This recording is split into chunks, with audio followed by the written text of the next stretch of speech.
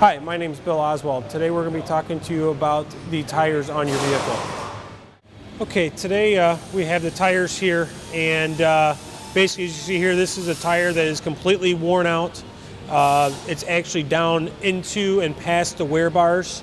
As you can see, this is a brand new tire, so you can see how much is worn away. This also has some abnormal wear on the inner edges. The inner edge of the tire is worn more than the outer edge, which indicates an alignment issue. Basically what's going to happen is if your alignment's not correct, it's going to cause you to go through tires much quicker. But this is also going to start to cause a vibration as well as a humming or a groaning type noise while driving. So you want to ensure that you keep your tires up to date and with good traction to ensure that you're going to be able to get through the winter months as well as the rain. That way you can have proper traction. Once again, also cut down on noise.